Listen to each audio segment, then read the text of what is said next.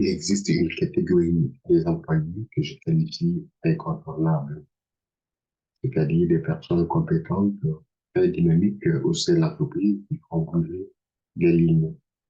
Des personnes que l'entreprise ne peut pas s'en débarrasser parce que ces gens sont très, très ancrés sur la production de l'organisation, la production de votre entreprise. Pourtant, en les sollicitant le plus, l'entreprise court les risques de les perdre.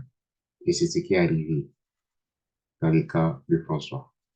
Dans cette vidéo, vous allez découvrir trois risques auxquels les employés compétents sont souvent exposés. À travers l'histoire de François, qui est un agent de maintenance, un employé de maintenance qui est promu superviseur de santé et sécurité au travail. À la fin de cette vidéo, donc, vous allez découvrir, vous allez connaître, vous allez lire les trois risques et les mesures stratégiques, les mesures correctives que vous pouvez employer dans votre organisation, que vous pouvez déployer dans votre organisation dans le but d'améliorer les conditions de santé et de sécurité de vos employés et particulièrement des employés les plus compétents. Je suis Fidèle Dulou, consultant et formateur agréé chez Fidelis Conseil. Fidelis Conseil est un cabinet spécialisé en prévention durable des accidents du travail. Fidelis Conseil offre trois services aux entreprises installées dans l'espace francophone. Il s'agit du diagnostic, de formation, de mesures et de l'accompagnement personnalisé. Revenons au message central d'aujourd'hui pour vous dire qu'il y a trois risques qui courent les employés les plus compétents, les employés que je qualifie de perles rares dans vos organisations. Premier risque, c'est la surcharge du travail. À force de les solliciter, on finit par les épuiser parce qu'ils sont compétents, donc ils sont disponibles. Nous avons besoin de leur expertise à tous les niveaux pour résoudre les problèmes. Sollicités par la direction ou par les collègues, ces gens ne cessent de recourir à leur expertise. Ce qui est bon, j'allais dire, pour la productivité. Cependant, on oublie que c'est à force de les solliciter, les employés compétents, comme François, s'oublient lui-même et ils finissent par s'épuiser. C'est ainsi qu'à force de répondre présent à toutes les sollicitations de l'usine, François a fini par craquer. Il était prêt à tout, il fait tout au point que l'équipe a sollicité, l'équipe de direction a sollicité pour qu'il devienne superviseur de santé et de sécurité au travail, en plus de faire son travail. Alors, il accepte deux charges à la fois, ce qui a conduit à l'épuisement professionnel. Donc, le deuxième point, c'est l'épuisement professionnel. C'est un risque courant. C'est une conséquence, on peut dire, mais moi, je dis que c'est un risque courant.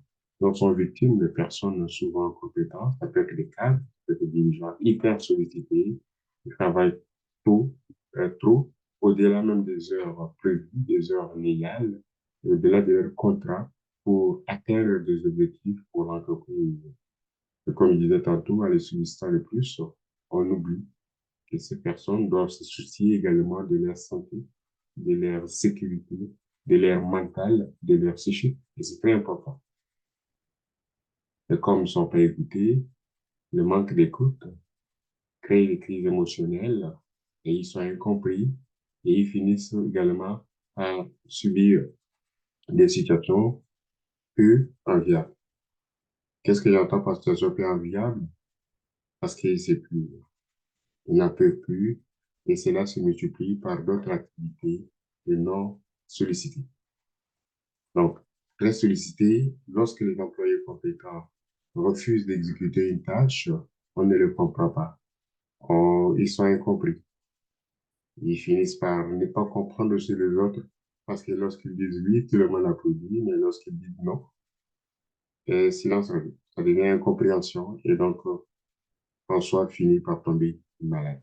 Il est épuisé, il n'en peut plus. Conséquence, une série d'absences. Donc, troisièmement, l'absentéisme.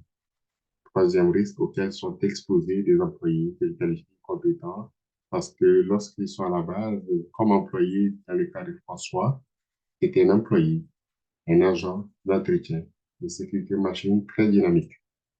Mais une fois promu superviseur, il n'a pas été préparé pour être le leader de son équipe. Il n'a pas été formé.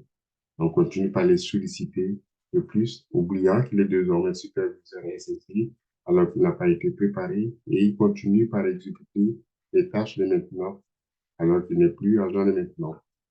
Donc, vous voyez, il y a toute une série de situations qui ont conduit en soi à devenir un employé abonné aux absences.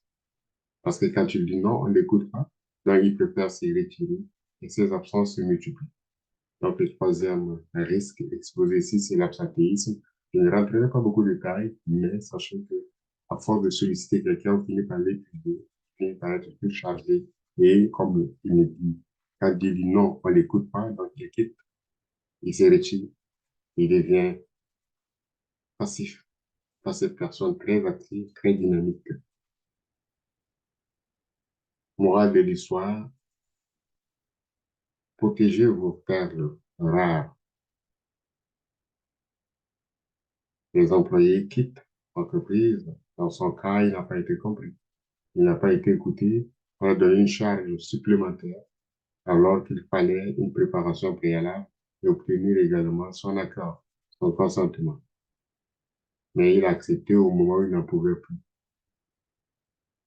Donc, mettez la personne qu'il faut à la place qu'il faut afin d'éviter des situations, des risques de surcharge, d'éviter des situations d'épuisement, d'éviter également des absences répétées qui finissent par la démission, comme dans le cas de François.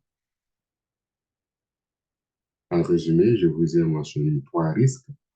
Il s'agit d'abord de la surcharge de travail, de l'épuisement professionnel et de l'absentéisme. C'est ce qui peut arriver à de vos meilleurs employés, à vos meilleurs cadres aussi.